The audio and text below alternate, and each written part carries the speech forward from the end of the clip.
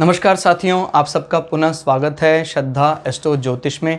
आज हम लोग कवर करने वाले हैं धनु लगन की कुंडली में यदि शुक्र द्वादश भाव में बैठे हैं तो क्या फल है। हम ये भी कह सकते हैं धनु लगन की कुंडली में वृश्चिक राशि का शुक्र किस प्रकार का फल देता है। इससे पहले हम लोग चैनल में सूर्य से लेकर बृहस्पति तक की कंप्लीट वीडियो रिकॉर्डिंग अपलोड कर चुके हैं। कोई भी व्यक्ति भृगु सरल पद्धति को आधार बनाकर ज्योतिष को सीखना चाहता है, हमारे चैनल को सब्सक्राइब कर सकता है। हम जल्दी ही सूर्य से लेकर राहु केतु तक 9 के 9 ग्रहों का 12 अलग अलग लग्न की 12 अलग अलग राशियों में फल को अपलोड करने वाले हैं। इस अपलोडेशन को टाइमली पाने के लिए आप बेल आइकन दबाएं ताकि आपको सारा अपलोडेशन टाइमली मिल सके। तो आइए शुरुआत करते हैं आज की क्लास का। लग्न या प्रथम भाव से गिनते हैं ये एंटी क्लॉकवाइज, तो ये आता है द्वादश या 12वां भाव। फिलहाल वृश्चिक राशि और शुक्र बैठे हैं। 12वां भाव दोस्तों क्या बताता है? 12वां भाव हमारे जीवन की ओवरऑल व्यय की बात करता है, खर्चों की बात करता है। 12वां भाव हमारे जीवन के शरीर पर लगने वाले भोग विलास की भी बात करता है। इसी से आलस से देख लेते हैं, क्योंकि काल पुरुष की कुंडली में 12 यानी मीन राशि मानी जाती है और मीन राशि में शुक्र बड़े लग्जरियस हो जाते हैं। क्लियर हो गया? तो वो सब चीज़ें भी यहाँ से देखी जाती है। यही गड़बड़ा जाए तो अवसाद को जन्म दे देता है। और 12वां भाव हमारे फुट यानी पैरों के बारे में बताता है, किस प्रकार का पैरों का स्ट्रक्चर होगा, उसमें कोई विकार तो नहीं है। और वृश्चिक राशि यहाँ बताती है कि आदमी का जो रुझान है मोक्षा के प्रति, क्योंकि छुपी विद्याओं से संबंध हम जोड़ते हैं वृश्चिक राशि का। काल पुरुष की कुंडली में अष्टम भाव, तो जब ये यहाँ पड़ता है तो आदमी का मंगल अगर अच्छा है तो इन चीज़ों को एक्सप्लोर करने में बहुत ज़्यादा पारंगत होते हैं। बड़ी अजीब राशि है वृश्चिक राशि। वृश्चिक राशि को समझ पाना सबके बस की बात नहीं है। राशि का जो स्ट्रक्चर है वो जल तत्व प्रधान है, ब्राह्मण वर्ण है। इसका जो लॉर्ड है वो क्षत्रिय है, अग्नि तत्व प्रधान है। तो ये लोग काफ़ी चीज़ों को एक्सप्लोर करने की ताकत रखते हैं, स्पेशली जब ये मोक्षा में चला जाता है। तो जो जीवन का अंतिम समय है ये बड़े सेटिस्फाई रहते हैं अगर मंगल अच्छा है तो। मंगल इनके इस कुंडली में वैसे भी शुभ माने जाएंगे। और 12वें भाव का स्वामी भी अगर अच्छी स्थिति में है वृश्चिक जैसे 12वें भाव में, तो इनके जो आसपास रहने वाले व्यक्ति हैं सब इनके फेवर में बात करते हैं। इनके एक्सट्रीम लवर और एक्सट्रीम हेटर की कंडीशन में माना जाता है वृश्चिक राशि को।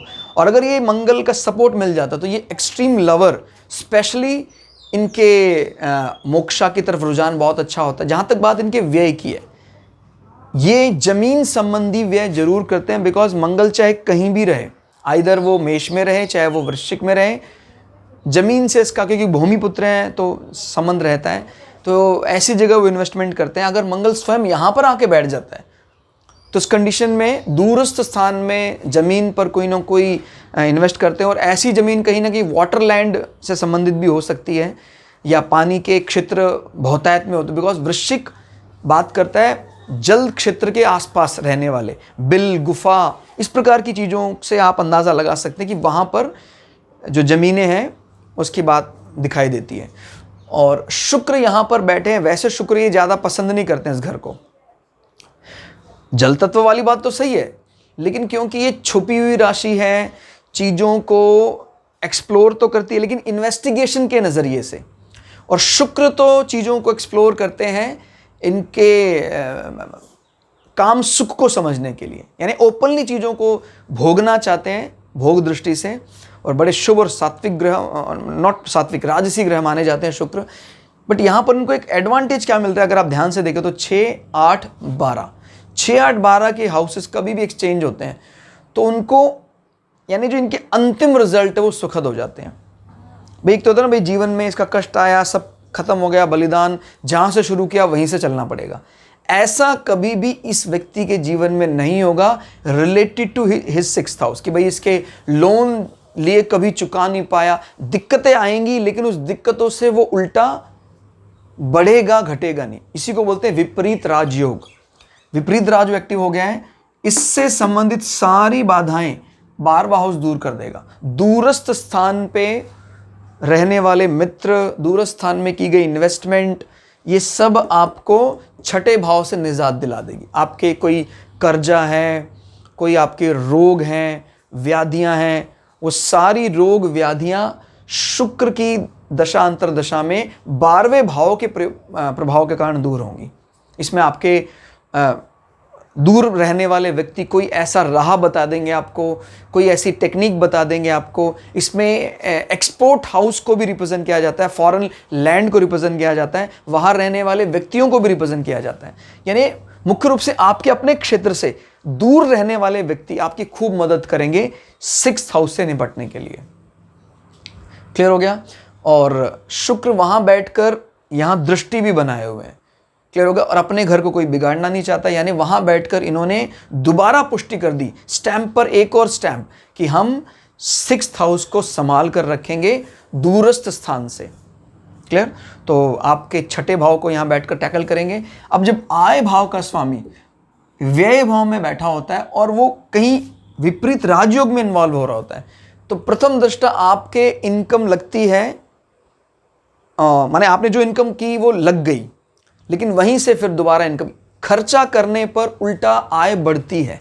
बड़ा अजीब दिखता है, लेकिन विपरीत राजयोग में इसी प्रकार की चीज़ें दिखाई देती हैं कि आप आदमी का जनरली जो भी एक काम होता है वो भी कहीं ना कहीं फॉरेन एक्सपोर्ट हाउस या इस प्रकार की इन्वेस्टमेंट, पैसा आया गया, या कहीं फॉरेन एक्सचेंज, इस प्रकार की चीज़ों में पैसा लगाया, वहीं से आय आ रही है।